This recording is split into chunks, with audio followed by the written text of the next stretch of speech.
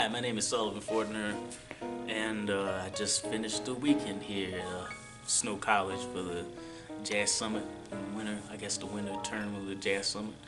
And it's been a lot of fun, man. I've had a really great time. The students were very open and enthusiastic about the music, and they were all willing to learn more about their instruments, learn more about music in general, particularly jazz. Um, yeah, I had a blast hanging and learning from um, from the students and from even the other faculty here.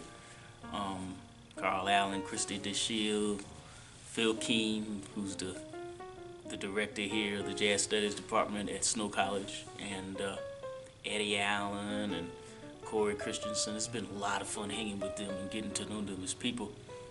Um, the summit is a really cool environment for young aspiring jazz artists who are trying to learn more about the music, who are trying to learn more about the craft of making music, uh, trying to learn more about understanding what it takes to play in an ensemble, um, what it takes to be an improviser, and to understand the true meaning of that word.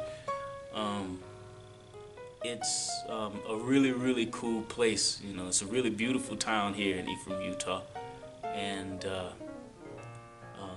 it's really warm place. People are very friendly here, very open, but also very direct in their comments.